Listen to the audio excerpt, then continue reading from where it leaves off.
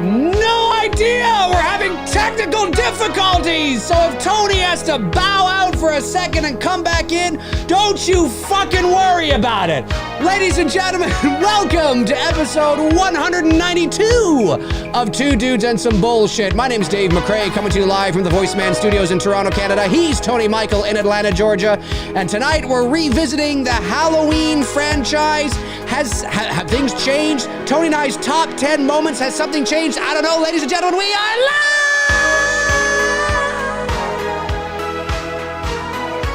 We are live, ladies and gentlemen. Episode 192 of Two Dudes and Some Bullshit. And yeah, we were having some technical difficulties. Laura Burns is back. Laura Burns is back and was attacking Tony. She's got this big infatuation with Tony. And since it's been a little while since she's seen Tony, she's decided to take over the camera, take over and just... So if Tony's... Letting me go. She's not letting you go. She's not letting you go. So if Tony glitches, he might have to bow out and come back in. If you're familiar with the show, sometimes that happens. But anyway, let's Tony, how you doing? It's been a couple weeks, 3 weeks actually. Yeah. 3 weeks. Yeah. How is yeah, and you're obviously busy right now with the renovations and all that kind of stuff. And I've been seeing the photos you've been posting on Facebook. Place is looking great, man. I've loved what you've done with the place. Looks good. Looking like a home. It's a lot of work. It's draining. You know, it's very. If anyone's ever taken on that, and we're still not even done, but we got a big chunk of it. So that we can at least take a break for a little while before we get back at it again, onto the next project and whatnot. So it's a huge undertaking, to do a full renovation to your home. I bet. Yeah, it is. But like you said, and you weren't kidding. Like it's like you've gutted the place and starting all like we're talking the living room, the kitchen, the dining room, the bedrooms, the office, the hallways, you basically rebuilt the house. Pretty much. The inside of the house. The inside of the house. No, we got new siding. We got we're going to have new siding. We got a new roof. We got new gutters, So basically, basically the frame was there. We're just changing everything out, So it's, there it is. Man, it's a lot of work. Incredible. Absolutely incredible. Also, just a reminder for those of you out there that I have YouTube membership now. I've started YouTube membership. My Patreon is going to be going away soon. Started YouTube membership. We had our first members only Q&A last night. It went great. Very, very exciting. Dylan's New Nightmare releases on the Horror Show YouTube channel next Thursday, August the 31st at 9 a.m. Pacific time, 12 p.m. Eastern time. So next week, for my channel members, I'm going to be uploading a video. I'm doing a raffle where I'm going to be giving away 2 of these 8x10s here of me as Freddy Krueger in Dylan's New Nightmare. I will sign it. I will make it personal, to whoever wins. So if you are part of my YouTube membership, look out for that video next week at some point. There will be 2. I put all your names into like a little digital wheel. I spin it. It goes, and whichever name it lands on, there it is. And then I ask you to get in touch with me with a DM or whatever with your address, and I can ship that off to you as soon as I can. But you got to be a member of the channel to get in on that. And I thought that was a good sort of first. Again, I'm starting slow. Don't want to bite off more than I can chew. I thought that was a good perk. Yeah, I thought that was a good first little kind of, a good idea. Do you know what I mean? And who knows, maybe down the line, Tony and I will do some things as well that will be exclusive to members. Who knows? I don't know. I just thought that I would wind down my Patreon, move it over to YouTube membership. Things are it's just easier for me. It's all on one platform. And like I said, we had our first YouTube member Q&A only. Member-only Q&A last night. It was great. This Saturday is our horror movie night watch-along for tier number 2 members. That's going to be fun. We're watching The Blob. And then, of course, there's a Halloween show called One Good Scare, where we will talk about everything there is to talk about with Halloween. Even the stuff we've already talked about. That's the place where you don't have to feel guilty about it, is on the One Good Scare show. And that's, of course, exclusive to tier number 2 members. There's 2 tiers. Check it out. The link is pinned to the top of the chat. It's also in in the description. I want to get to 100 members by Halloween. I think that would be really cool. We're at 73 already, and I've only had this thing up for like 2 weeks.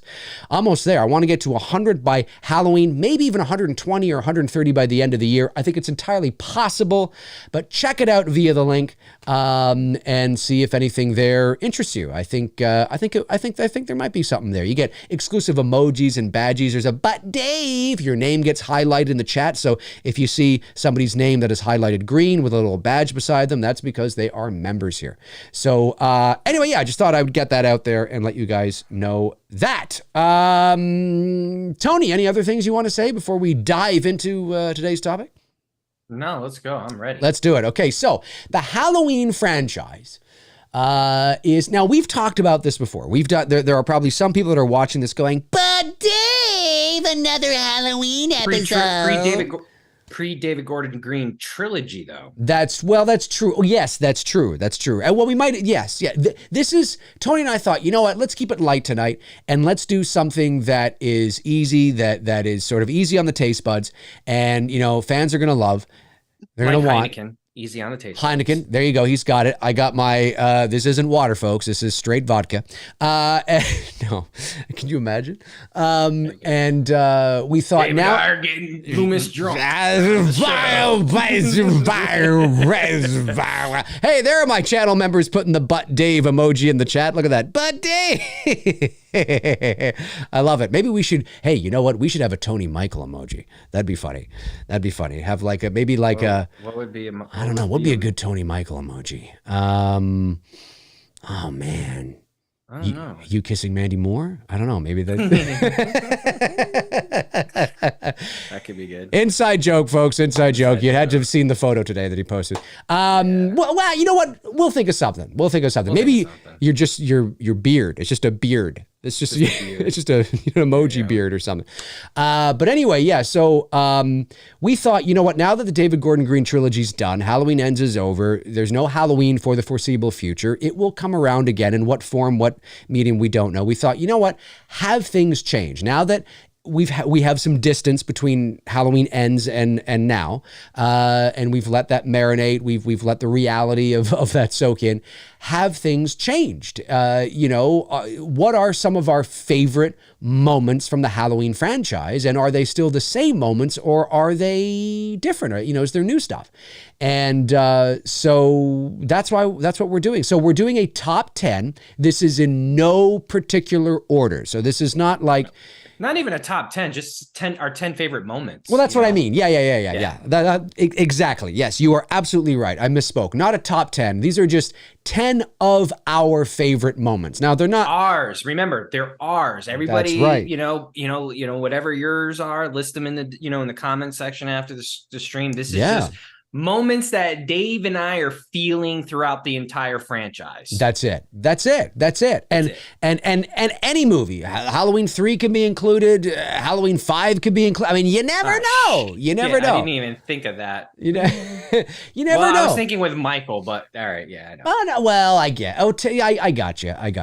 But yeah. So we just decided to do this. These are 10 of our favorite moments, but they're not like the only moments we love. I mean, there's so many great moments that we have to be decisive and pick 10. But there's, you ask us again in a couple of weeks, there could be something else we left off that is on there. You know what I mean?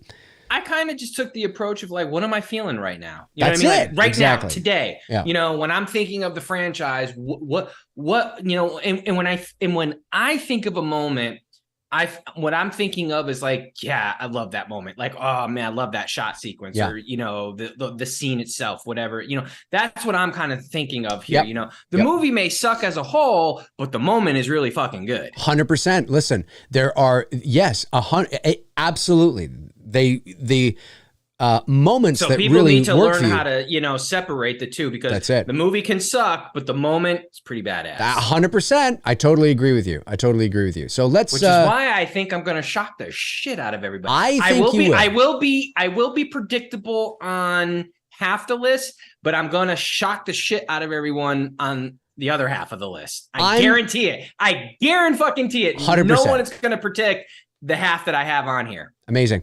I'm going to be predictable for the entire list. I think is. You are I'm just such a predictable person, Dave. I can't help it. I can't help it. But maybe if I think of some honorable mentions, maybe I'll add them here. Which is what I was going to start off with. A quick couple honorable mentions. We want to start with the honorable mentions. Okay. Yeah.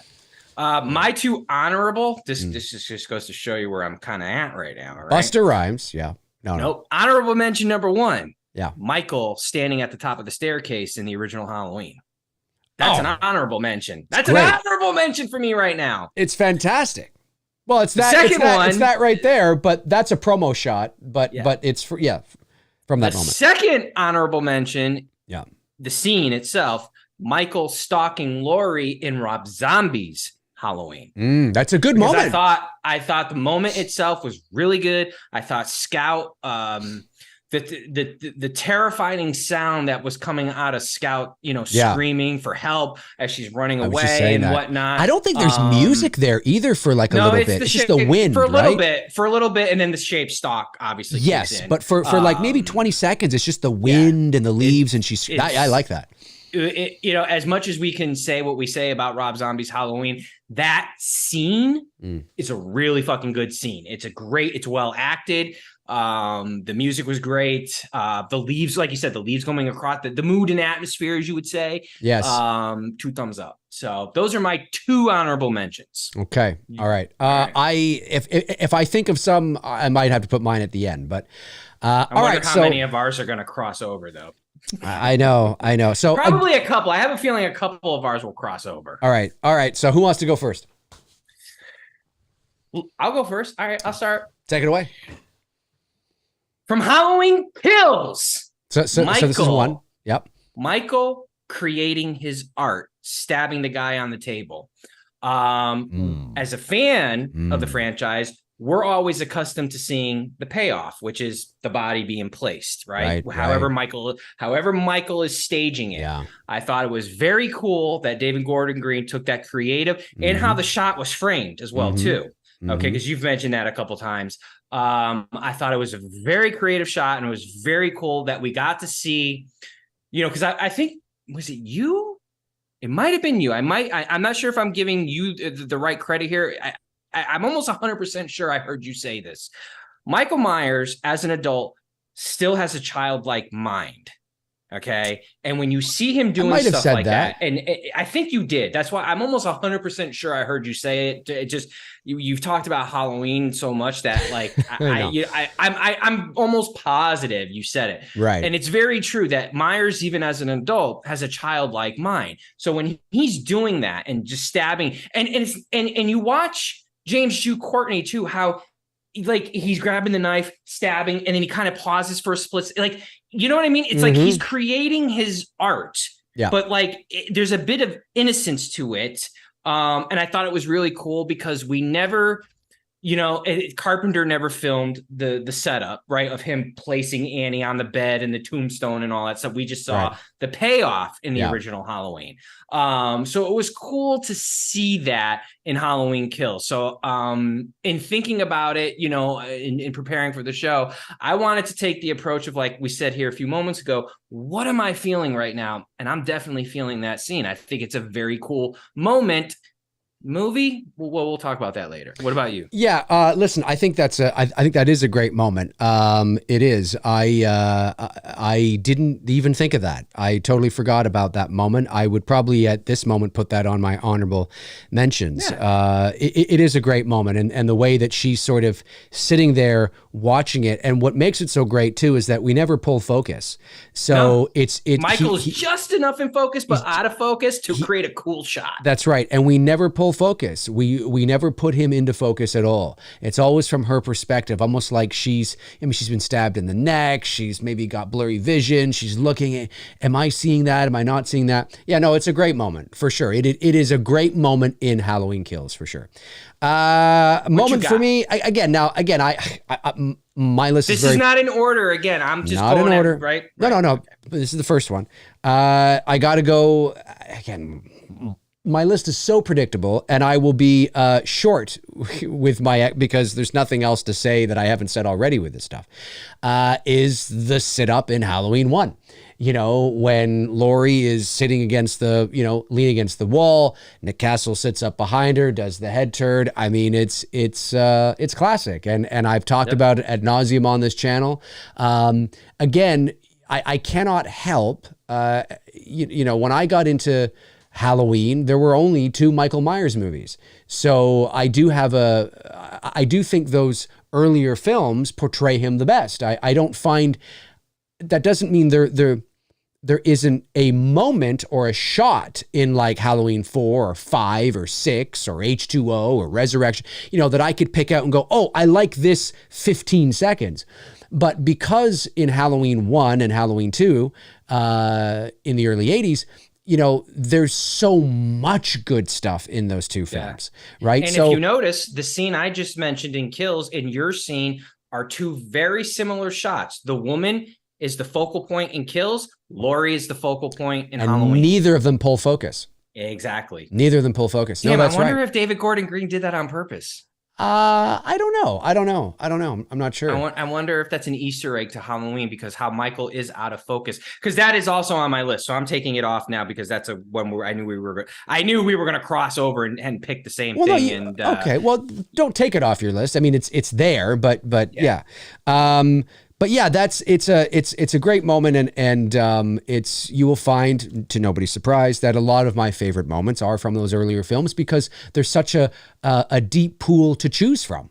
You know what I mean? I'm not going to be talking about great moments from Halloween 5 or 6 because, to me, in my opinion, they're very, very few and far between. So it's there will be a lot of typical Dave McRae things on this list, but yeah, the sit-up's amazing. All right, you. And that's on mine as well too. I don't want to repeat it, but yeah, I mean, obviously for everything you said. So I'll take that off. So that's now I'm down to 8. Let me do this one. To no surprise, Michael stalking Rachel and Jamie on the rooftop of Halloween 4. That's a good one. I've said I've shared the stories many times. 10 years old, saw that movie at a birthday party for a friend of mine. No idea what the hell it was. Had already started watching horror movies at this point. I had seen Friday the 13th. I had seen Texas Chainsaw Massacre, seen Nightmare on Elm Street.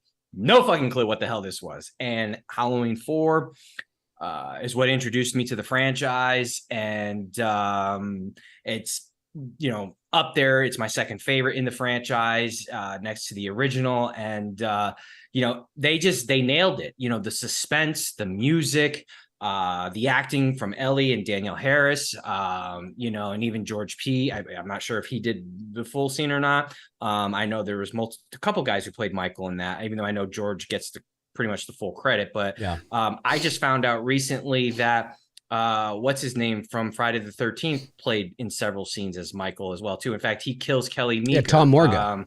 Tom Morga, thank you. I did not know that. He was also the one in the bandages that stabs the correct. But it's such a great scene. I wish they had the budget for it, for what they had talked about doing, setting the roof on fire. Could you just imagine Rachel hanging there, flames, Michael standing on top of the roof, fucking flames around him and shit. Would've been great. I mean, the scene itself is such a great scene and such a great suspenseful scene, even to when Rachel is carrying Jamie on her back and her nails are scratching onto the roof because she's having a hard time getting to the top. And as soon as she gets to the top and turns over, you hear Jamie just this gut-wrenching scream, and the Halloween theme, the slower theme kicks in, and you see Michael, coming up onto the rooftop, and her lowering Jamie down and whatnot. Like, it's just fucking. It's good shit. No, it's a good scene. It's the best scene in that movie. Add to it. The only thing obviously that takes it down a notch is the way Michael looks, in terms of the mask and those shoulder pads. And I found, rest in peace, George P. I found him at moments, not through the whole movie, but there were certain moments in 4 where he was just a little too Frankenstein for me, in terms of the stiffness in the way he walks, but the scene itself, the scene itself is a great scene, and it's the best. Well, I don't know if it's the best, but it's certainly one of the best scenes in that film. And right from the moment when Michael comes up to kill Brady, and right all the way up to when Rachel falls off the roof and all that, like it's a great sequence. It's a great sequence, and if I had read the script back in '88, I would have been, oh, this is a great sequence. I can imagine it. I can visualize it. Hard to get the fucking roof on fire. I really would have. Yeah. I would have fought so hard for that, because you think about, the scene is perfect. As far as like, and it is one of the best scenes in the movie. But man, if that roof was on fire, that just would have elevated it. Oh, it would have. It probably would be in everyone top 10 moments in Halloween. It would, unanimously, because just imagine Michael standing there, like after Rachel falls and he gets up and the roof is on fire. Oh yeah. The roof is on fire. So my second one, again, no particular order. My second one, it's classic Dave McRae, is going back to the original Halloween and going maybe 5 minutes before the setup, which is the hallway, which is you can't kill the boogeyman.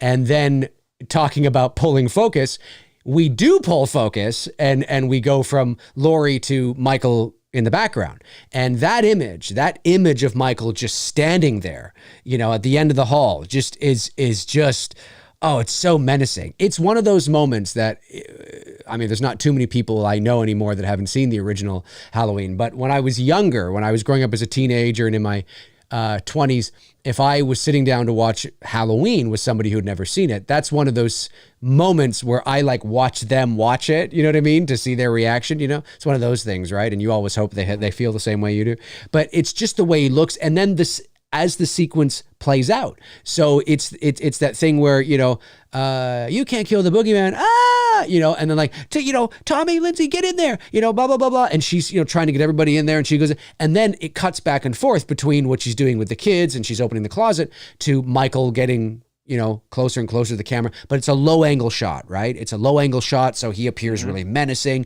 And then he comes, into the shadows, and you just like silhouette, you just see those little gangly strands of hair. And it's just, it's such a great Michael Myers moment. You know what I mean? And it's one of my favorites for sure. Absolutely. 100%. It's fantastic. Fucking classic. Yep. All right. That was two for me. Now this is number three for you.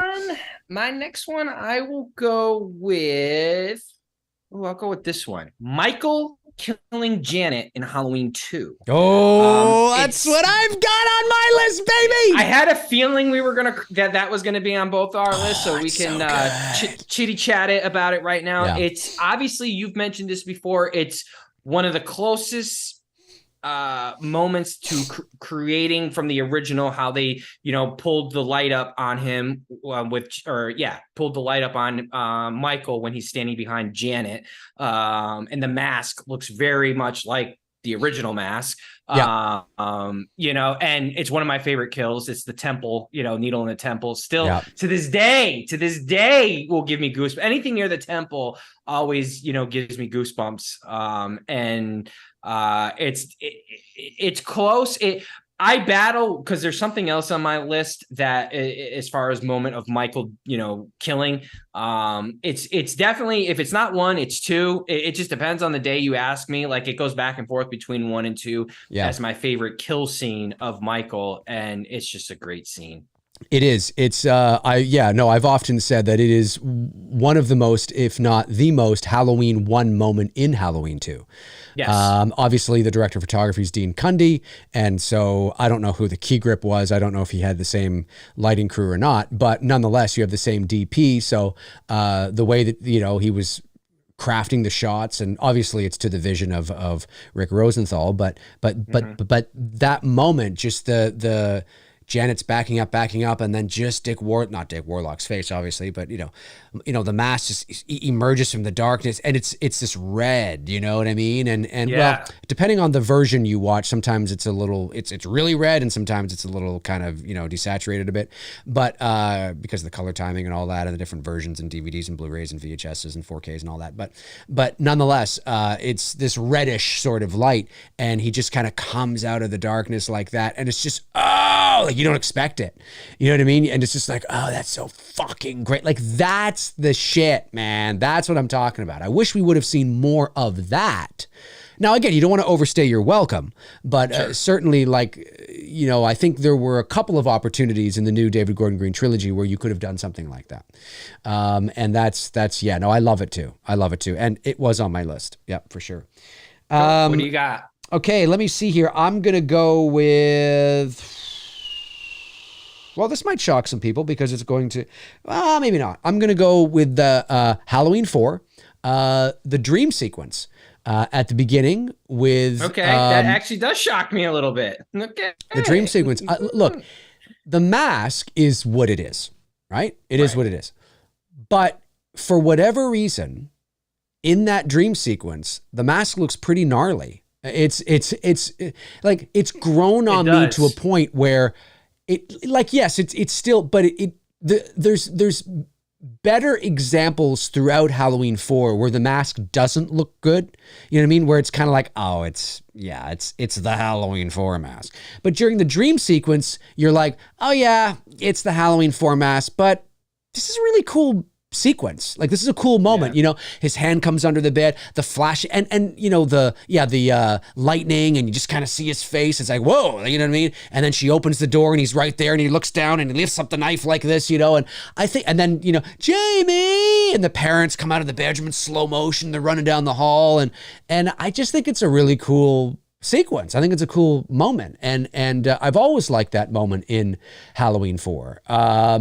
Yeah, I've always really liked that moment. I do want to say this just before we go on to what you have is in terms of a shot from Halloween 4 that every time I watch 4, I love this shot. It's just a shot, so I'm not going to really call it a moment. It's not something that would be on the list necessarily. But this shot in Halloween 4, I absolutely love. I've always liked it, and I don't think I've ever really talked about it. And it's a shame because it's the shot where we're first introduced to Jamie Lloyd. And it is a, you know, master shot, wide shot. We're behind her, right? We're behind her. She's on the couch alone, right? Looking out the window, and there's this sort of this bluish kind of light that comes in, and that's not why I like the shot. I'm just saying that helps with continuity. David is blue light. Yeah, and there's people out there that think I just want the movie, you know, bathed in blue light, like turkey basted in blue light. It's like, no, obviously it has to be coming from a source, you know, and it has to make sense. It's not anyway. I don't want to go down that road. I'll get in trouble. But but I just love the way it looks. Has anyone ever caught on to the fact that when Jamie's having that dream sequence and she's staring out the window, it's raining and the ambulance ends up in water? I don't think that was part of the dream though. I don't think that was part of the dream. When she sees, when she's sitting on the couch and she looks out at lightning, there's a lightning flash.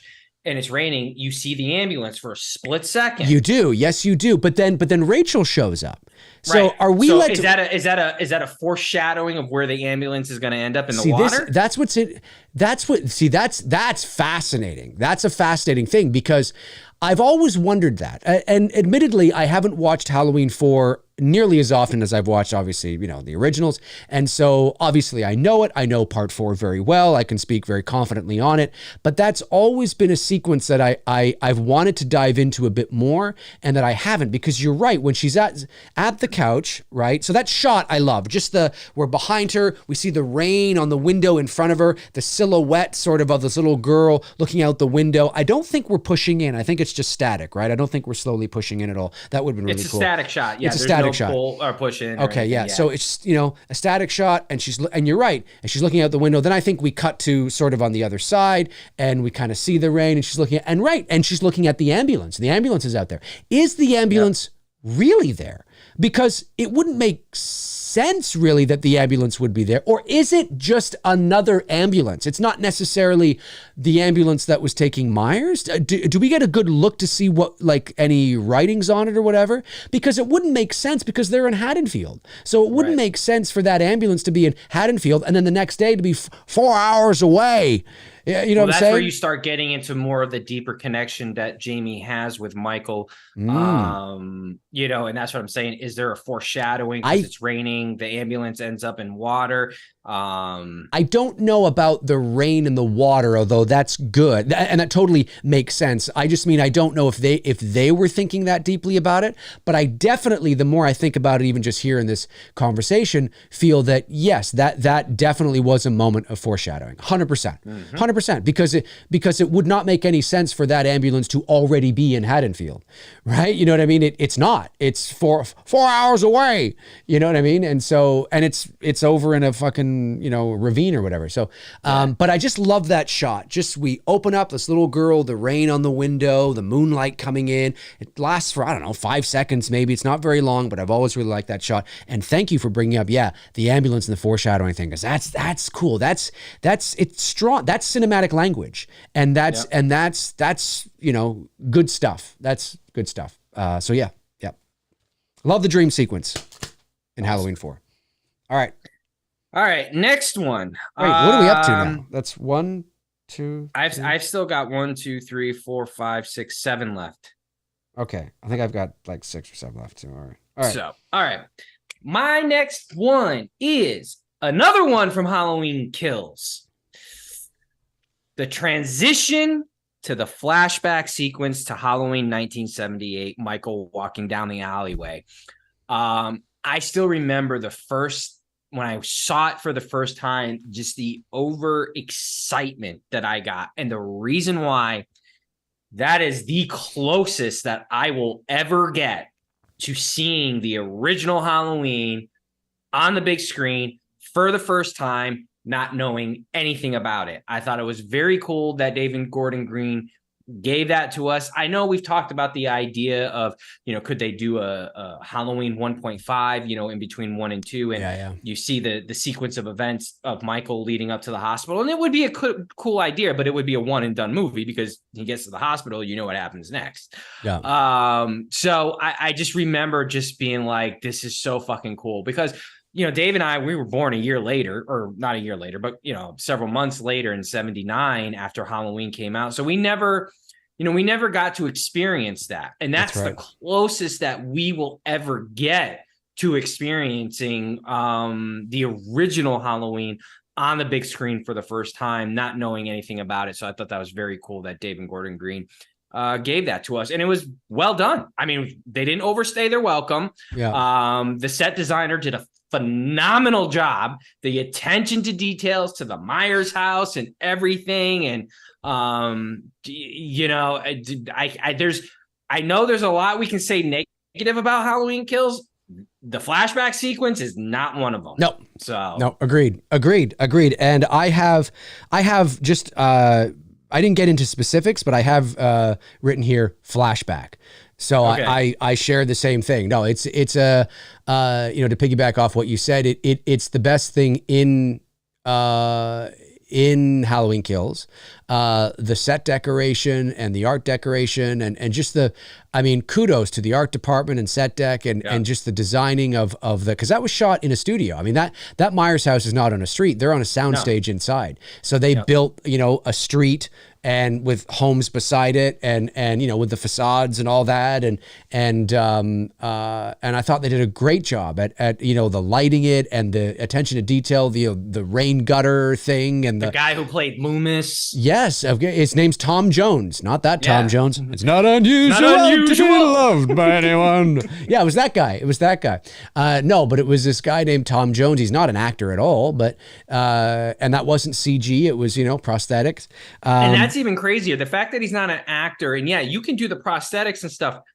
He got the mannerisms and the voice pretty down, you know, for someone who's not an actor, right? Yeah. And even when you go out to what I like to call the cinematic tableau, when the cops are on the front lawn pointing their guns, when you see Loomis in the background exit the house, he does, Tom Jones, he does this little kind of stumble like a little bit and he puts his hand on that's totally what Loomis does. Like, just, I don't know if that was intentional, if he had studied Donald Pleasance or whatever, or if it was just a happy accident. But that little stumble when he comes out of the house behind Michael is it's so Loomis. It's so Loomis. So I agree. Yeah. Like the whole flashback sequence, all of it was fantastic.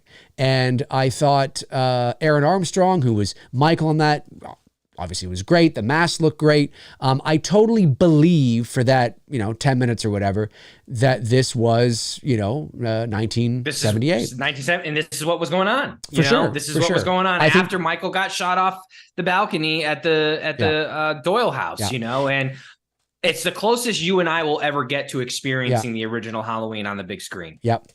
And there's something that for the first time. For sure. And I remember I was talking with, who was I talking with? It might have been Sean Clark. It might have been, this would have been, and this was before Kills was released. It might have been Clark. I can't remember now.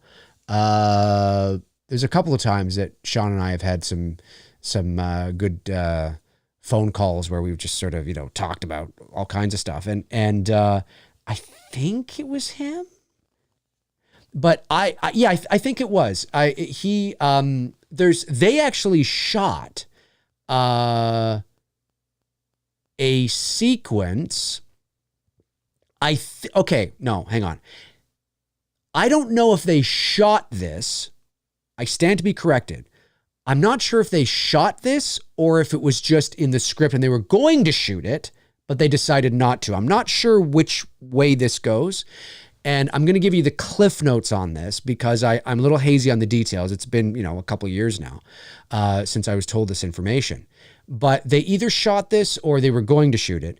There was a sequence where during the flashback, I think the movie opens up or something, and it's like a neighbor's house. And this guy comes home from somewhere, and I think he finds like his wife in bed with somebody else or something. I don't know, some weird thing that I think was unnecessary. But you're not quite sure where they are. Like it's just a house, right? You know what I mean? You can kind of tell from the set deck and the clothing. Oh, this looks like it's kind of older, right? It's older, and but then you hear. I think, you hear. Gunshots from like down the street or something. And the guy, I think, like opens his door or something. He's like, what the fuck? He opens his front door and you see little Tommy and Lindsay run by heading to the Mackenzie's house. Something like that. I stand to be corrected on the details of this. There might be some details I'm getting a little wonky, but I remember being told that information by... As long as we don't see Michael getting up, walking away. No. By somebody who would be in a position to know that information. Someone said they wanted to see that in the flashback sequence. I was like, why? Yeah. That would ruin everying to Carpenter's would. It totally would. It would destroy Carpenter's original ending. Of course. It absolutely would. And so, I don't know if they ended up shooting that and just axed it, or if it was in the script, in a draft, and they were like, you know what, let's do it this way instead. But I would have liked to have seen it. I think it was Sean Clark that told me this. And of course he would be in a position to know this. And I remember thinking, well, and obviously I didn't say anything because the movie hadn't been released yet. And cause I think it might've been, maybe they did shoot it. Maybe they did shoot it because it might have been a very early test screening that Sean had seen. Again, I don't want to speak for him. Maybe it was something like that. There was something like that with the flashback with Halloween Ends. That somebody comes home, they hear gunshots, they open the door, they see two little kids, running to the Mackenzie's house, and then we go over to the house, and you know what I mean, something like that. And I'm thinking, oh, that's kind of a cool. That's a cool. I don't think you need the guy coming home finding his wife in bed with somebody else. That might have been a Danny McBride, edition. I don't know. You could have just had a guy come home from work. He doesn't need to find anybody in bed. But, and again, I stand to be corrected on the details, but it was something like that. I know I'm definitely not just in the ballpark. I'm on base. Like I'm definitely on base with that information. It's been a while since I was told it, but anyways, yeah, the whole flashback is great. The whole flashback's great. So I agree. Awesome. I agree. So for me, I'm going to go with, I'm going to go with, Another thing from Halloween 4 might be surprising to some of you out there. Another thing from Halloween 4, which is 6 bodies, Sheriff. 6 bodies between here and Ridgemont, a filling station in flames. I'm telling you, Michael Myers is here in this town. He's here to kill that little girl and anybody who gets in his way. I mean, come on, man. I will arguably that's say fucking great. Next to the speech that he gives in the house, that's probably my second favorite performance of Pleasance in the entire series.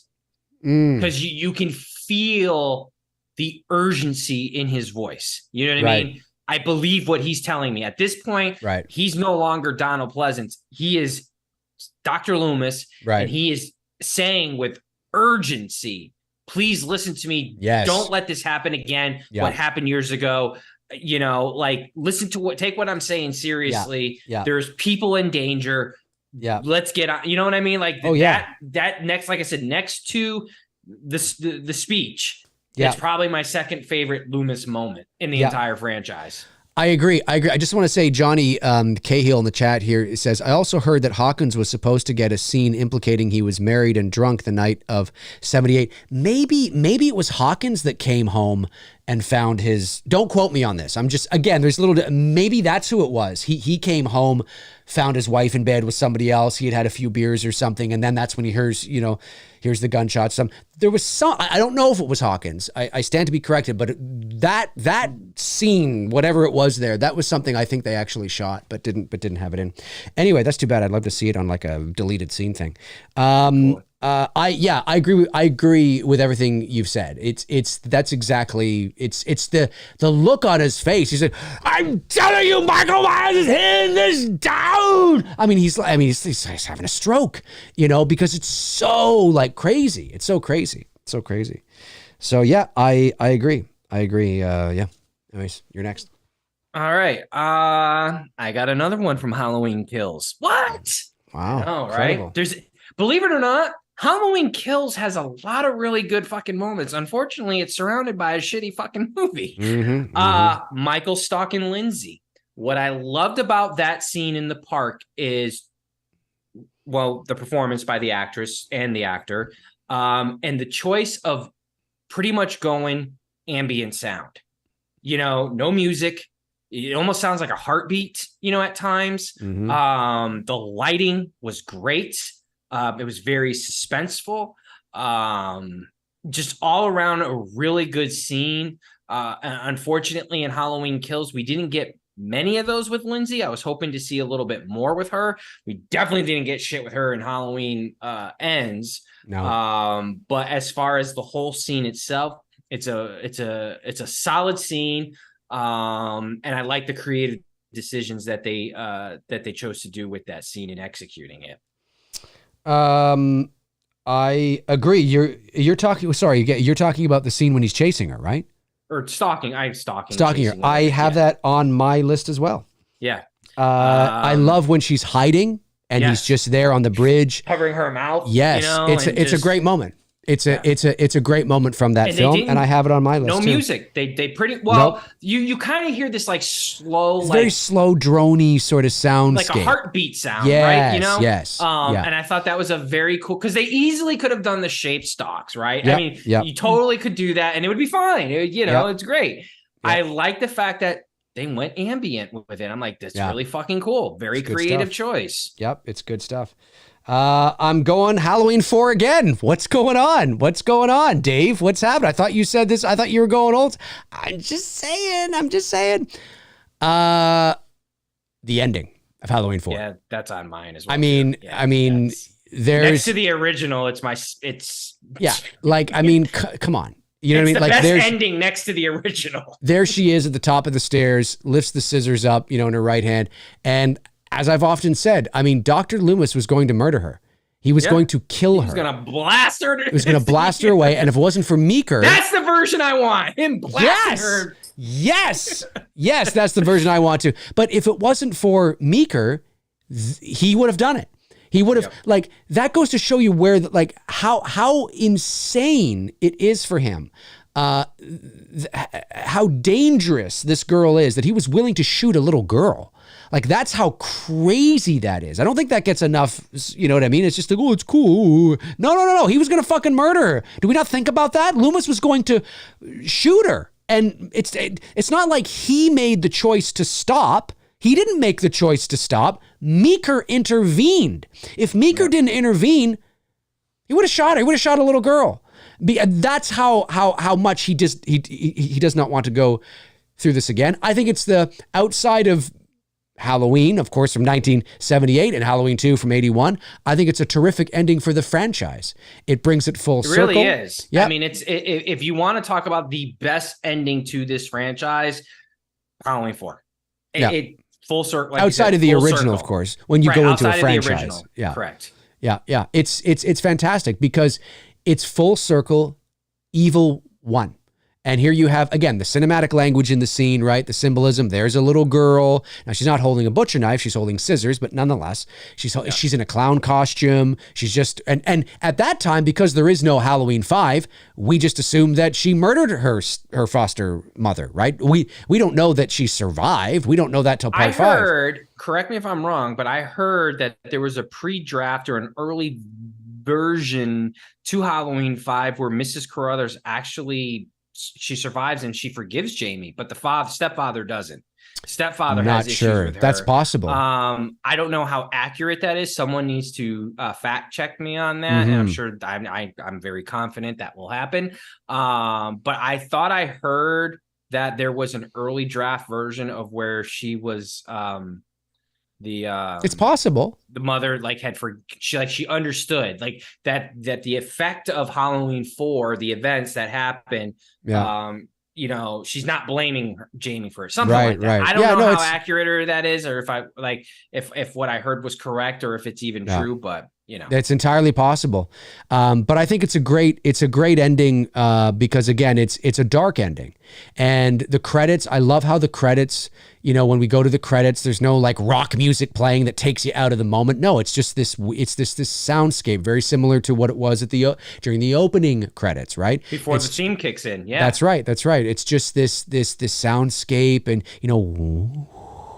and the credits are rolling. It leaves you in that moment, right? There isn't this jarring rock song that takes you away from the moment. It leaves you with the moment, feeling those emotions and still being invested in that moment. And I think it's great. You never, obviously, I'm speaking purely from a storytelling, filmmaking, artist, romantic sort of way. Obviously, from a studio perspective and box office, it was it didn't make boatloads of money, but in relation to what they thought it was going to do, it did well. It did fine, and so obviously they want to make sequel. But from a story perspective, it's terrific because that's it. It's over. That's it. Evil did win, and it's full circle. And I call 1, 2, and 4 the Loomis trilogy.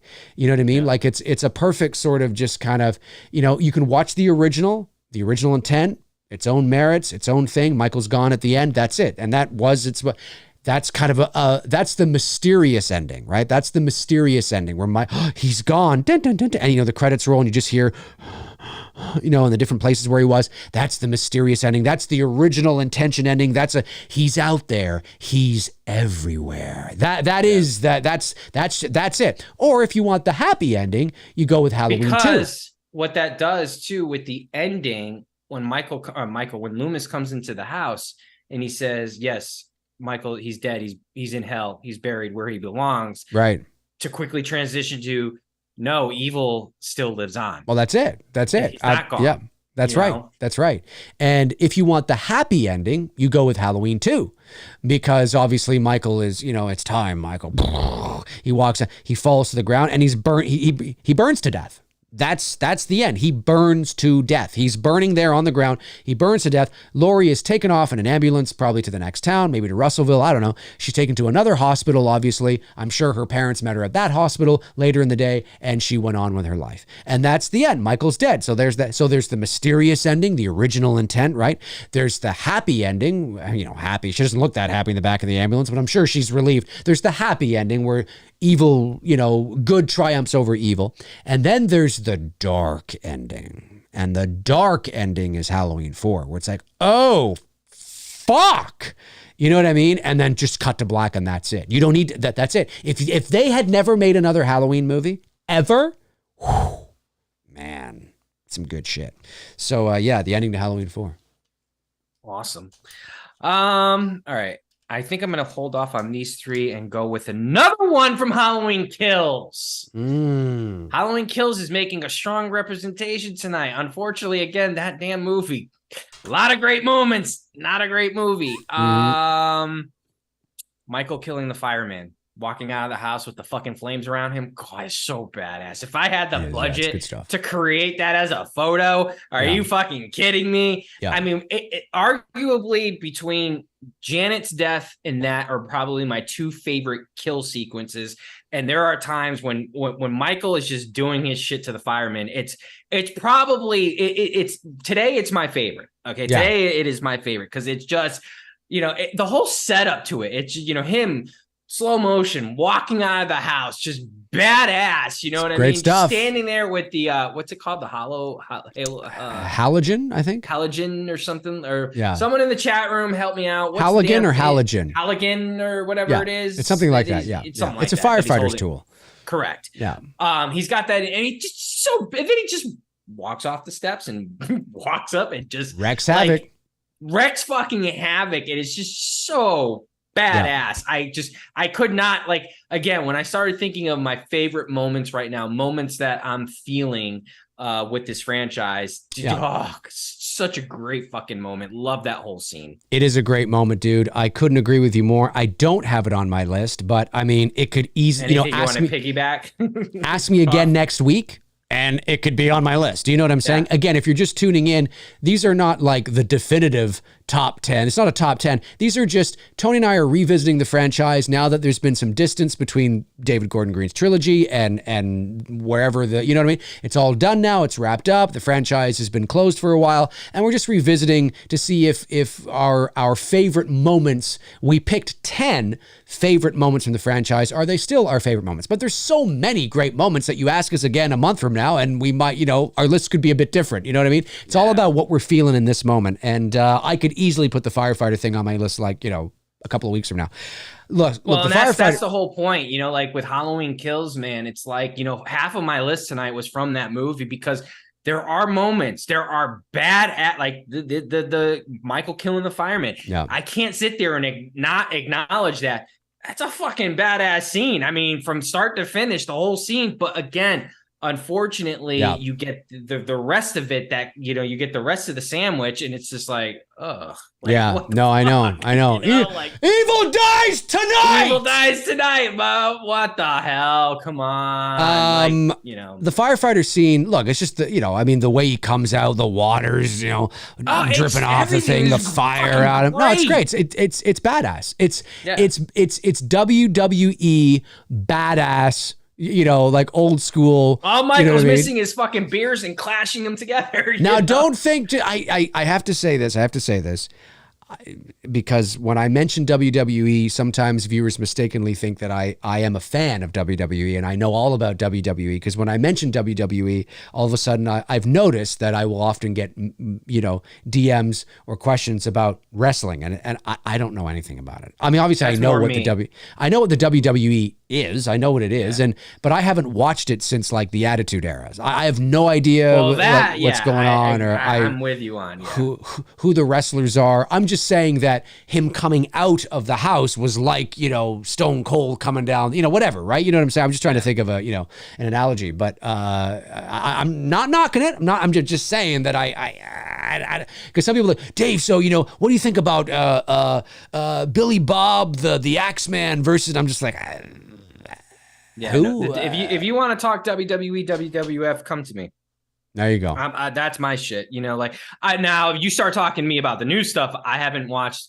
Well, that's what I'm talking about. That's what I'm talking about. The Attitude Era. From the Attitude Era back to the golden days of I've been in like this run, watching like old 70s wrestling matches and stuff like that. Well, that's crazy as shit. And definitely the golden age of the 80s when we were kids. That was, my time. But yeah, once the Attitude Era pretty much came to I was like, yeah, I'm good. You know, Yeah, well, there's that's just what nothing there for me anymore. That's what I'm talking about. I'm talking about like from 2023 back to like 2000 and 2000.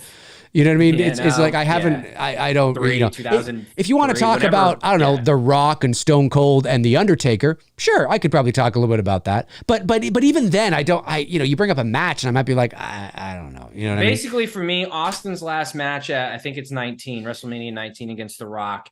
I know he did the Kevin Owens thing, and that was fun. It was good nostalgia, but you know, his true last match when he put The Rock over, because The Rock had put him over twice. That to me was where it ended for me. You know, that was like the end of it for me. I was like, okay, not really into it. Yeah, anymore, I don't know.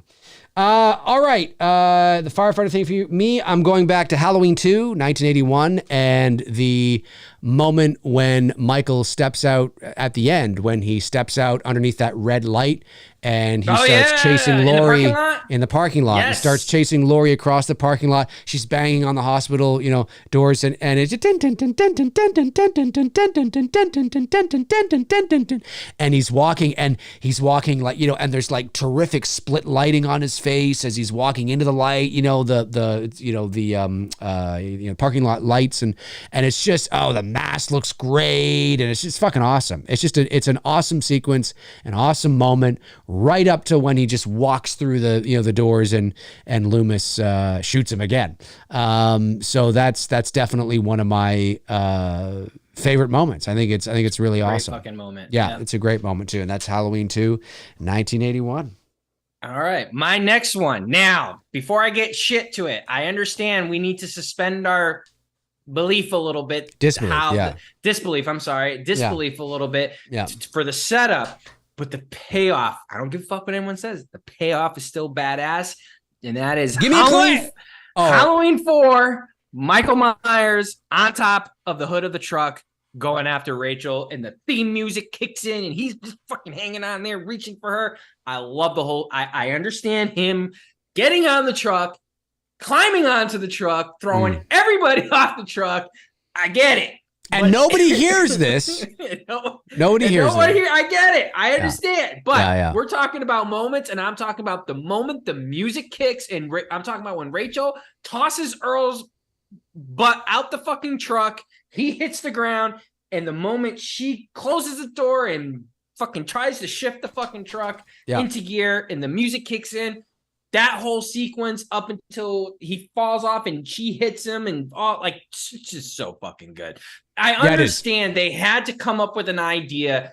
You know, it's like I feel like in the production meeting they had the idea. Everyone was like, "Oh my god, it's gonna be so badass," you know, and whatnot. And I get it. George P is wearing his shoulder pads. I mean, he took a fucking bump. I mean, he took a real bump. You know what I mean? Whatever. I don't care about that. And everyone was probably like, "It's gonna be so badass." But how do we get him on the truck? I get it. That's the hardest part of the whole fucking thing is how do we get him on the fucking truck? And look, 1988, we weren't thinking of that. You know, they were just like, let's just fucking do it and, you know, get it. But like I said, the moment Rachel tosses Earl out the truck all the way up to where she hits Michael, it's so good. It's shot well. George P did an excellent job with the stunt. I don't know if he's credited or did he do the whole truck sequence? Because obviously a lot of the pullback shots where you see the stunt driver going, or I don't know if it's Ellie doing the going back and forth like this where the truck is swerving. Probably not. Probably not. And I know I'm confident that it's George up there holding on for dear life. Probably. You know, it's just so fucking great. And the music, the intensity too of the music. It's not like the typical, like, it's one of my favorite versions of the theme, you know what I mean? Because it's just the whole, the tension that's happening in that moment. So fucking love that. Yeah. I think I'm down to my last one. I'm down to my last two. Oh, I'm down to my last two as well. Yeah, there's two left. After the truck, from Halloween 4, I've got two left. Then I must have two left as well then. And I guarantee you both of us have got the same thing. I guarantee it. Really? I'm almost 99.9%.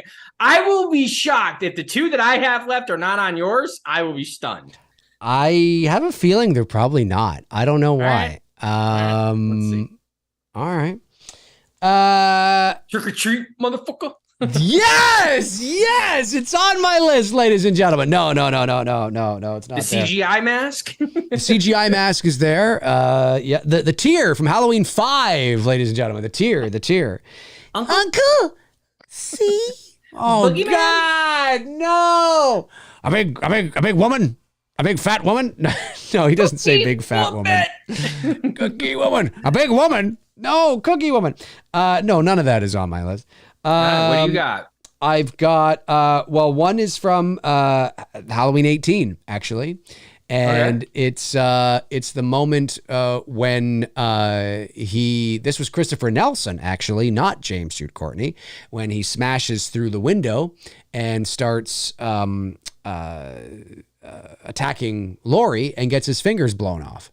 I thought that was a really cool moment. Very cool moment. Very cool moment. I just love the way the mask looks through the little sort of shards of glass and in the door, and it's a good moment. But I know they don't follow immediately after each other. Although maybe they do. Actually, I have to watch the movie again. I haven't watched it in a little bit. But I to piggyback off of that, I include this in that moment is when they're in the basement, Laurie and Karen and Allison, and Michael's up top. And there's just this shot, and whether it was intentional or not, I don't know. But of course, he's got his fingers blown off, and the way his hand is positioned, it's positioned very much in the, there's the as above, so below, right? Sign of the devil, and he's pointing down. And you can say, oh no, it was probably just nah. Listen, when you're writing this stuff, more often than not, this kind of stuff it's not supposed to catch you consciously. It's supposed to, you know what I mean? It's just kind of there. And those who pick up on it. Those who don't. But it was very clear and very obvious to me that, because what is he? He's the epitome of evil, right? They're not saying he is the devil. It's just that symbol he's not doing the symbol, but the fact that those two fingers were blown off and he happens to be like this as his hand is down like that, I was like, oh, that's so smart. I believe it was intentional. And because we focus on it and then we tilt up, we don't pan up, folks. When you just we tilt up. Okay. Some people say pan. We tilt up, and we see him, and he's there. And just the way it looks, the way he's lit, and he's back. You just kind of see his one side. It's very dark, but you kind of see him. You know what I mean? And I think I just think it's that whole sequence there. I think is some of the best stuff with Myers in that movie in Halloween 18. I think is really, really cool. So that's on my list. Okay. Well, you're down to one. So I'm gonna go with this one because I still think you got one that I have. So I'm gonna go with my next one because I think I'm probably right on what your last one is. So I'm not gonna do that one because I think we both got the same. So I'm gonna go with, from the original Halloween, Michael standing behind Annie while she's on the phone talking to. Great. That's great. She was talking to Paul, who was actually John Carpenter.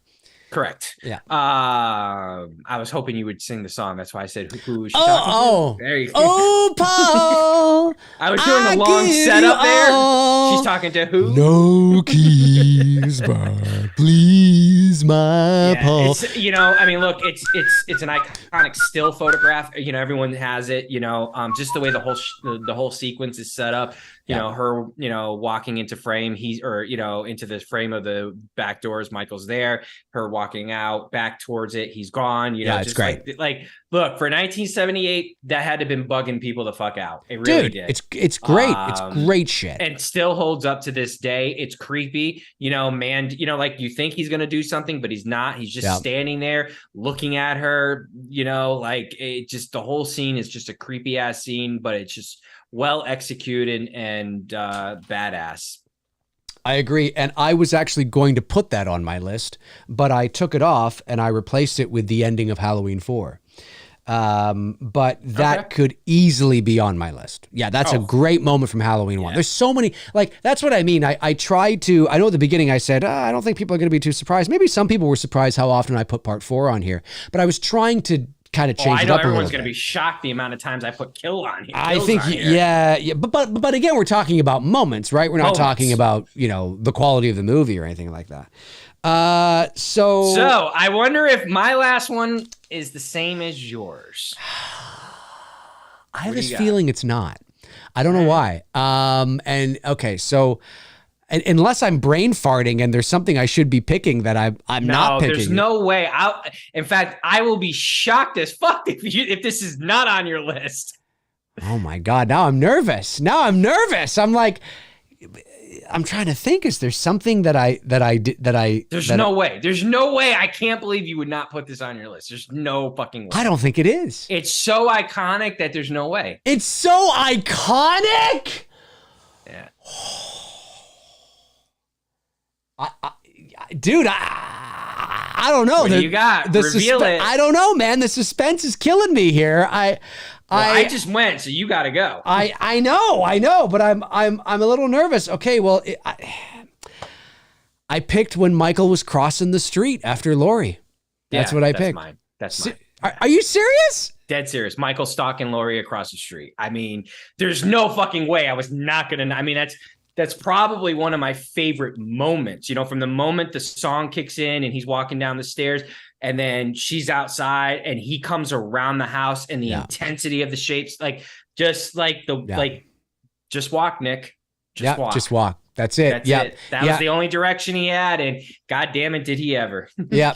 No, he was, and I love that it, obviously it cuts back and forth. Oh, the keys. And it's cutting back and forth and he's getting closer and then a little closer and then a little closer. And there's this one great shot where I think he's still on the street and he's a few steps away from stepping up onto the curb. But just the split lighting and you see a couple of leaves go by his face. Like, I don't know if they had they probably had like a fan, right? Probably, and I know they had fan leaves. Yeah. And they put, like a leaf or two in front of the fan and it blew it just the way he's walking like this and a couple leaves go by. Oh, it's so good. It's so good. I agree. It's so good. Okay. So, cause I was like, wait a minute, I'm a little worried now. Like, what am I not going to, there's another. The only other one I thought you might have, we're going to go with is Michael killing Bob in the head tilt.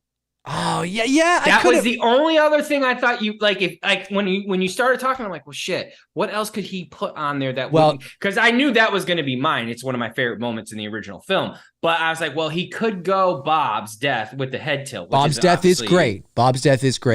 The head tilt is, obviously iconic. It's iconic. The again, see what I mean? Like part 1 and 2, the pool is so deep with so many great things that you have to be decisive. I think we wanted to approach this from a fresh point, because we've got new movies in the franchise. Yeah. And, like I said, the moments I picked in kills were great moments. They really fucking were. So I think that was the point of doing this tonight in the revisit, that we could have easily talked about everything we've talked about before. So I think we kind of wanted to approach this from a fresh perspective, because people can be like, can't believe Dave didn't say Bob's death, or the fact Dave didn't say when Michael's standing, in the backyard staring up at Laurie, which it's a great scene, or the bush scene. It's an amazing scene. It's she's 87. No, I absolutely agree. And another thing I was going to put on here, but I was like, oh, I got to put, that's what I mean.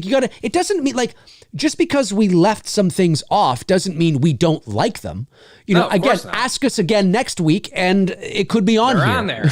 Yeah, maybe we'll do another one next year. We'll approach it again and do another one. This was just in the moment right now. If somebody asked you right now, what are you feeling? And that's all it is, because that's the measuring stick, right? But one of the things, I love Michael standing by the bushes and they're walking, home from school. It's another great fucking moment. It's fucking iconic. It's fucking iconic. Like, how many times can we talk about that? I wanted to give us fresh. That's why I really focused on those 4 scenes from Halloween Kills.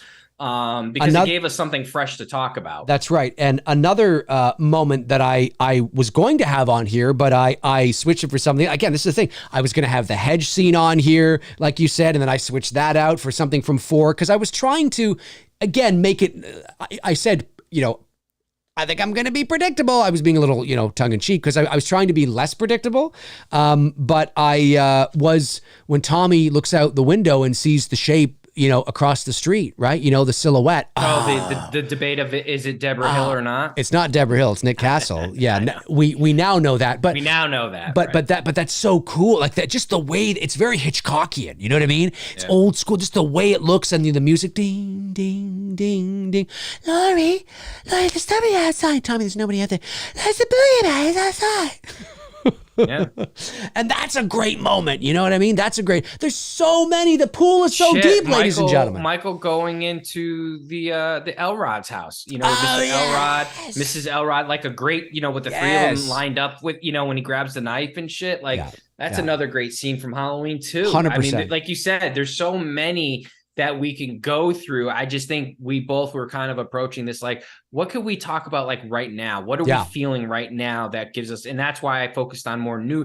Yeah, I mean, there was a couple predictable scenes from Halloween 4 that I had on mine and the original, because there's always those safe plays. But I really did focus a lot. Like when I was thinking about it today, I was like, okay, let me focus on a lot of the newer movies just to give us something new to talk about. And I love those scenes that I mentioned tonight in Halloween Kills. There's a lot of good things I can say about Halloween Kills, which are just moments, unfortunately. That's the unfortunate part, because as you start watching the whole movie, you're like, what the fuck? No, exactly. Exactly. Like, how can these moments be how can these moments be so good, but be wrapped up in this fucking movie, I hear you. Anyway, let's jump over to the let's do it. The chat room. Yeah, the chat room. I know some super chats came in earlier, so let me get these few. Now's your chance to send in super chats or ask some questions while Tony and I answer them for a few moments here. And again, a reminder, if you want to become a member here on the channel, the link is pinned to the top of the chat. It's also in the description. Exclusive perks, exclusive shows. I'm also doing a raffle next week because of the release of Dylan's new Nightmare for members only. 2 chances to win an 8x10 autographed photo, personalized autographed photo of me, Dylan's new Nightmare. So make sure you get in on that if it's something you want to check out. Like I said, exclusive shows, all that kind of stuff, and it's going to be a lot of fun.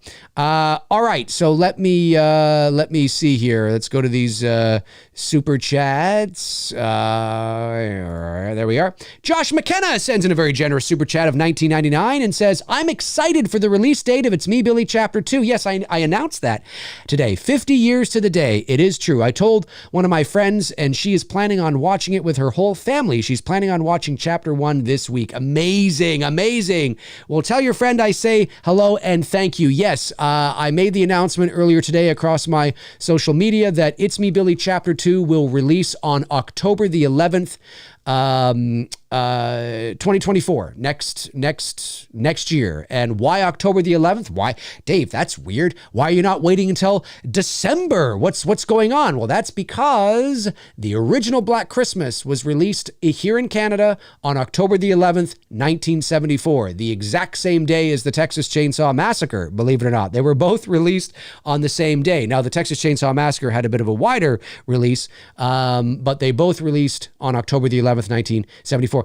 When Black Christmas was released in the US, it was released on December the 20th. But of course, as we know, it didn't really do all that well for a variety of reasons. It was also called Silent Night, Deadly Night. No, Silent Night, Evil Night. Silent Night, Evil. No, Silent Night, Deadly Night, which is the one with the Santa Claus. That's Silent Night.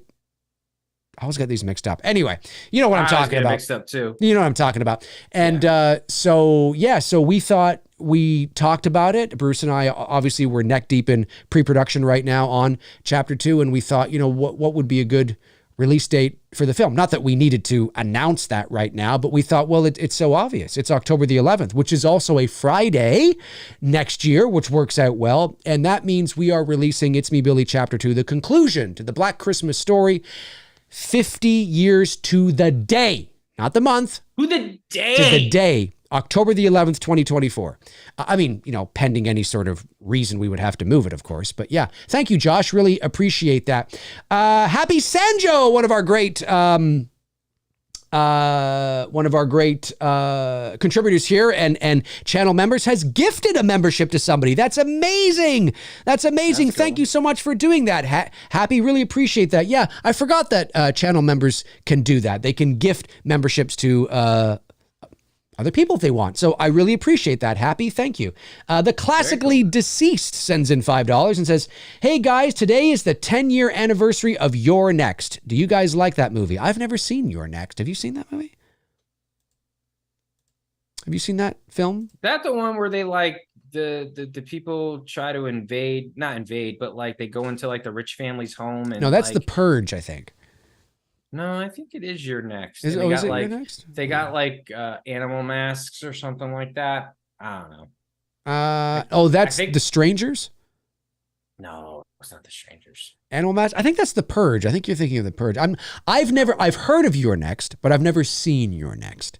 So I was unaware that it was 10 years old this year. That's fascinating. Sweet Tea sends in $10. The tea is me and I. Sweet Tea sends in $10. Thank you, Sweet Tea. Says, for the channel, my friends, be safe too. And of course, Sweet Tea, one of our channel members here on the channel. Really, really appreciate that, Sweet Tea. Thank you so much. That's all the super chats at the moment. That's good. Good shit. Let me just get a few of these non-super ones as we've got about another 5 minutes. Maybe we'll wrap it up. Have you seen any new flicks? Actually, we got about 10 minutes if you want to take it to 90 minutes. We can do 90 minutes. Have you seen any new flicks? I want to see Don't Talk to Me or Talk to Me. Talk to Me, it's called. I want to see that. Did you get a chance to see Oppenheimer or no? I haven't seen Oppenheimer. No, I didn't see Oppenheimer. I did see a really cool little independent horror film called Cobweb that I think you might like. Okay. I would check it out if I were you. I think you'd like it. And I want to see Talk to Me, but I haven't seen that. What else have I seen? Talk to Me. I feel like I know that.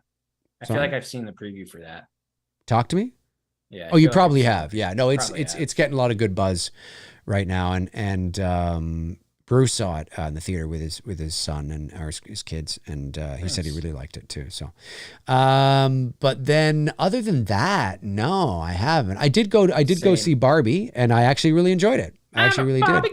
In a totally missed opportunity from what I hear that they did not have that song. They had a version, but it's like a remix. Yeah, they played a little bit of it during the end credits, but missed opportunity, man. That song's been waiting 20-something years for its moment, and it missed. It's true. It is true. But I saw that, and I laughed. I thought it was because it's so over the top. It's so, I mean, they're mocking so much. It's just so silly, but I thought that Greta Gerwig did a really good job at the direction and the set design and the Ryan Gosling and just the way it was just such a silly satirical film, and I really enjoyed it. The whole wokeness of it and the preachiness of it didn't bother me, and I think it didn't bother me because the whole movie is over the top.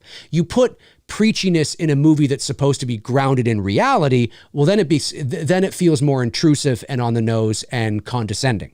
But you put it in a movie where the whole movie's just ridiculous. Barbie Land is a real place in the movie. There's, you know what I mean? Then it didn't really bother me. Yeah, there was a few moments where it was a little preachy, but it's Barbie. It's Barbie. What do you expect? You know what I'm saying? It's Barbie. Of course it's going to be about feminism. It's Barbie. It's not Rambo. Do you want to know how you can just avoid the whole wokeness? Just don't go on social media and you won't know what woke is. There you go. That's true too. That's true too. That's true too. Because here's the thing. Whatchamacallit, on Peacock, we're watching Roseanne. Catch like the old. Oh yeah, there's a lot of stuff on there you can't do anymore. Well, here's the thing too. There's an episode we can't. First of all, back in the day, this is what I missed about. This is why I don't really watch modern television, because they don't do this shit anymore. Like like they used to. So we're on season 3 now. Now, season 1 didn't have it, but season 2 did, and season 3 now, we just watched it last night. Right. Is the Halloween episodes. Like TV shows used to do great Halloween episodes, Christmas episodes, Thanksgiving, whatever. Yeah. But Roseanne really did a great job. And now this episode, look, they were hit. This is now 1990. They were hitting on subject matters way before its time. DJ dresses up like a witch. Yep. Okay. You know, the whole like dressing like a girl thing. Oh, yeah. Roseanne's character, Roseanne, she's a dude. Yeah. I actually remember this. This. Yep. So like, you know, when people talk about all this stuff being new, this shit was going on when but the problem is we didn't have social media to where you could be inundated with this stuff.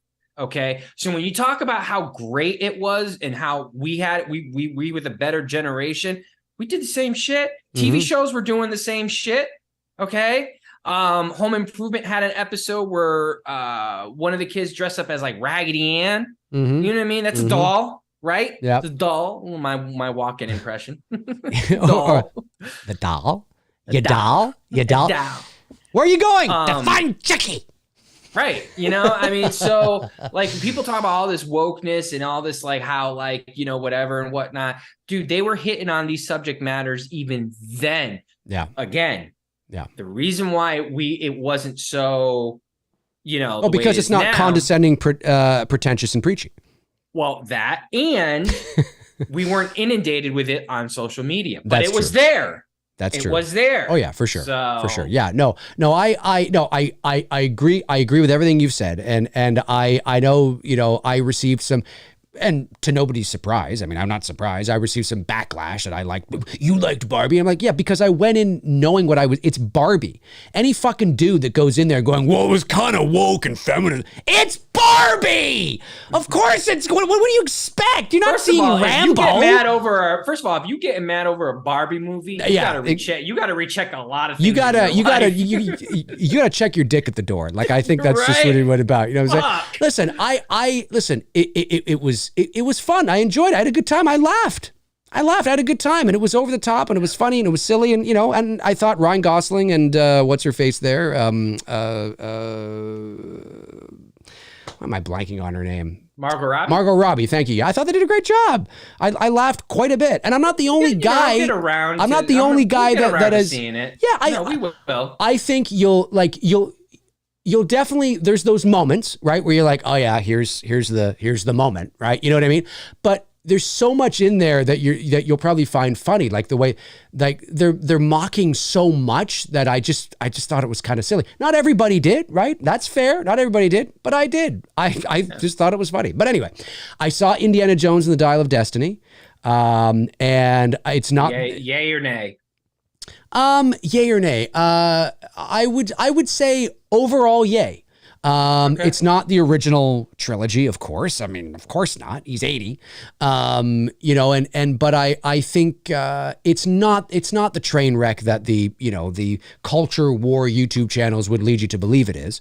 It's not at all. Phoebe Waller-Bridge is not the insufferable, individual that these culture war channels would lead you to believe she is. Do I think it's, I mean, listen, it's James Mangold, 310 to Yuma, Logan, Walk the Line, Copland, Identity, Ford v Ferrari. You know, I mean, it's unlikely the movie's going to be dog shit. It's awful. It's just a terrible movie. It's awful. No, it's not. It's James Mangold. It's a really good movie. But is it a great Indiana Jones movie? Is it what we needed in like the old days? And well, no, because he's 80. So we're watching a very different Indiana Jones at a very different time in his life. So it's very age appropriate, you know what I mean? And that kind of thing. However, I will say the beginning, the prologue in the opening, I thought was terrific.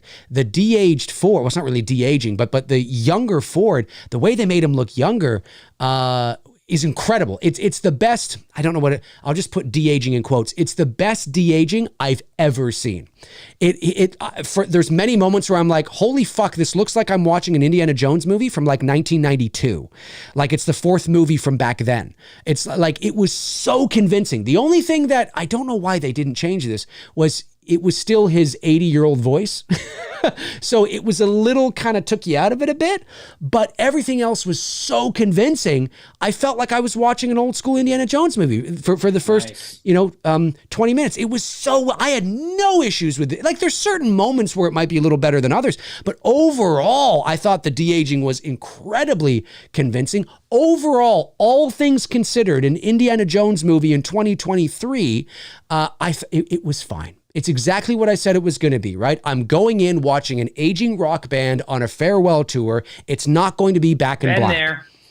Yeah, and it's not going to be Back in Black, right? You just hope for a good show, that they don't insult you. It's not embarrassing. And you walk away, you know what? That was nice. It was nice to see him in the whip again. It was nice to see him, in the whip, with the whip and the hat again. It was fine. It was fine. It's not the catastrophic dumpster fire worst movie of all time. That hyperbolic nonsense is ridiculous, in my opinion. But is it Raiders? No, of course not. But who the fuck thought it was going to be? Anyway, yeah, seriously. I just want to piggyback off of two people's comments here. Yeah. Not in a disagreeing way, but Akeem Patterson said people would get so offended if Home Improvement came out today. And then Steve Ross said he agreed Home Improvement couldn't get on TV now. I disagree with that comment, and I'll tell you why. The anchor to that show really is Patricia Richardson's character of Jill Taylor. And she is the counterbalance to the stereotype man's man that Tim Allen played on that show. She was very feminism.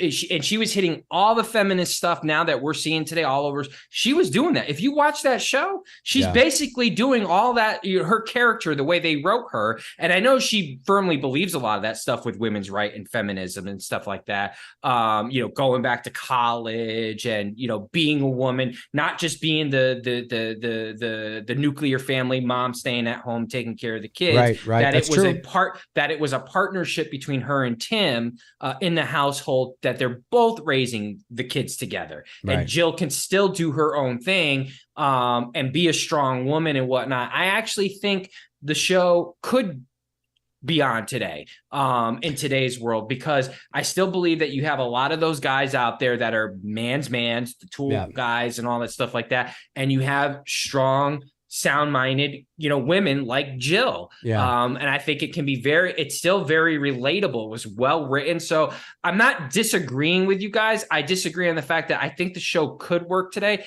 And the reason for that is because of Jill's, and even Wilson. When you look at the way Wilson talked to Tim, he definitely comes from more of a liberal side. Like if you had to sit there and say, like, who was what, Tim would be conservative, Jill would be liberal. Wilson definitely leaned a lot more towards liberal side in liberal views.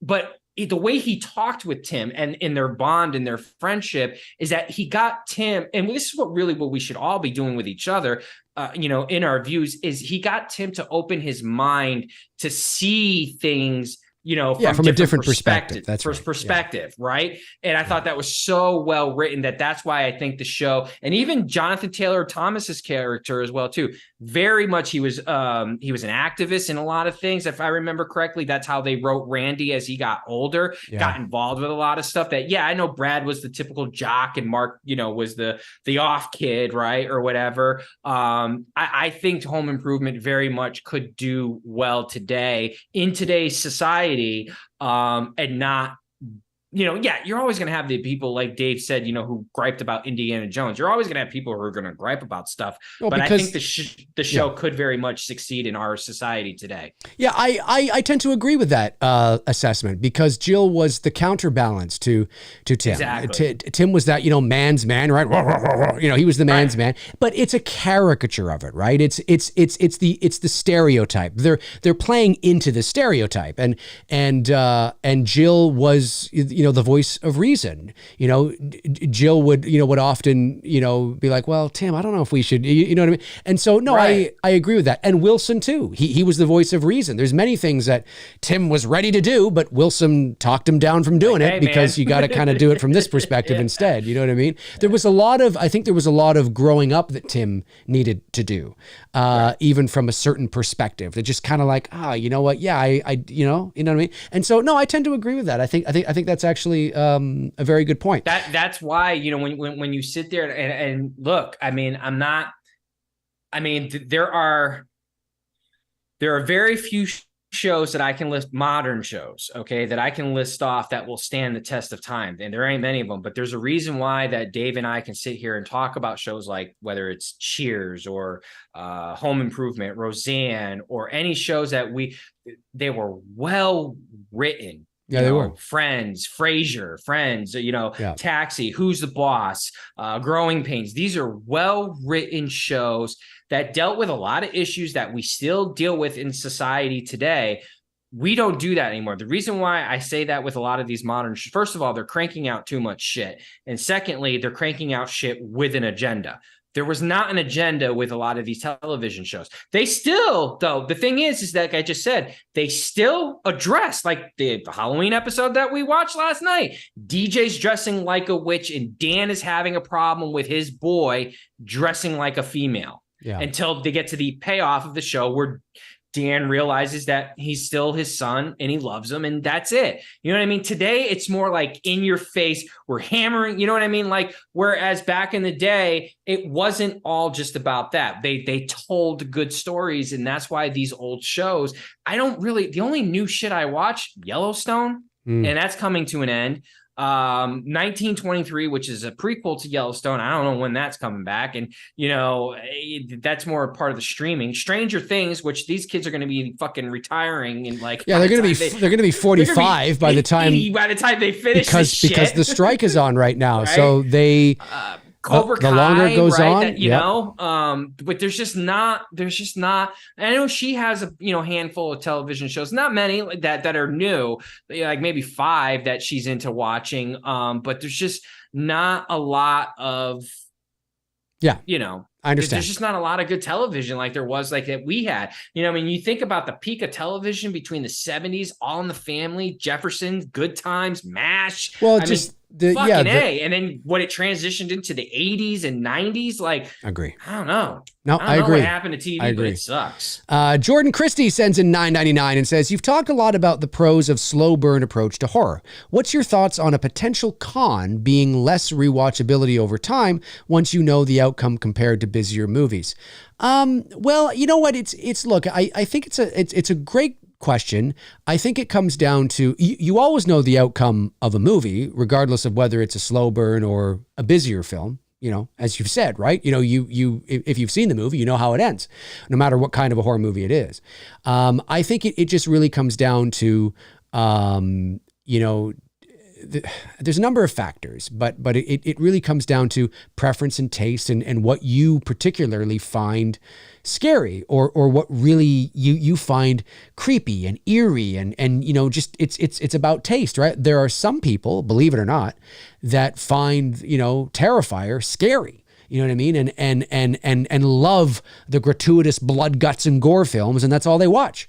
And then there are people like me who I can watch those, sure. I mean, whatever. But I much prefer more of the psychological horror films, and so your Hereditaries, your The Shinings, The Ring, The Others. That just had an anniversary. The Ring. Well, maybe it was you that I saw that did something on it. It was 21 years because it was actually 20 years last year. I missed it. We missed it. We should watch The Ring. But it's it's a great film, right? Invasion of the Body Snatchers modern, from 78. Like when I say modern, like in the last 20 years of horror films, it's one of my favorites. And it's a PG-13 horror movie. The Exorcism of Emily Rose, Insidious, which is another PG-13 horror movie.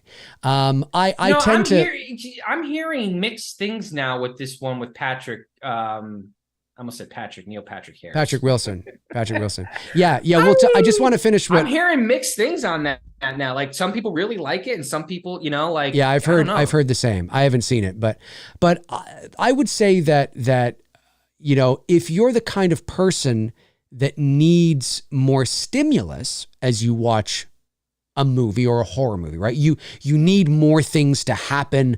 You need more of that visual stimulus, right? So that blood or that action, whatever the case is, then those are the kinds of movies that for you will have more rewatchability. You already know how it ends. It doesn't matter knowing how a movie ends, you know what I mean? But if you're somebody that is not particularly into the slow burn films, then yes, I guess that would be a con because, you know, in order to get to the payoff, which is the stimulus for you, you got to go through, you know, the build and the burn. But there's some people like me that revel in that. I love the roller coaster. I love the anticipation, the suspense, the nuance, the theater of the mind, the creepiness, the building, right? Being on that roller coaster going,